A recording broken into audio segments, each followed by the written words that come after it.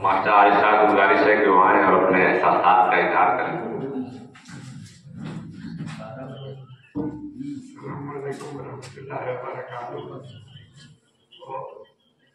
मजाक में कुछ ज्यादा कहना नहीं चाहता, सिर्फ आसिफ की तालीम के सिलसिले में 2 बात कहना चाहता हूँ।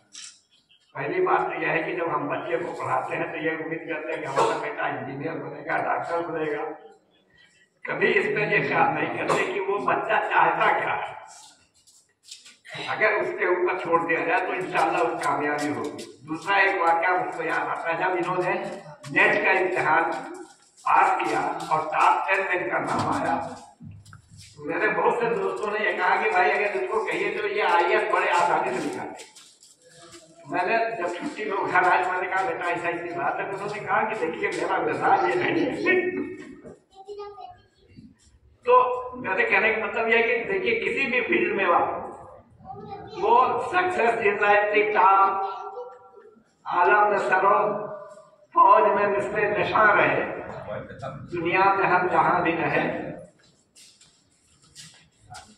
है?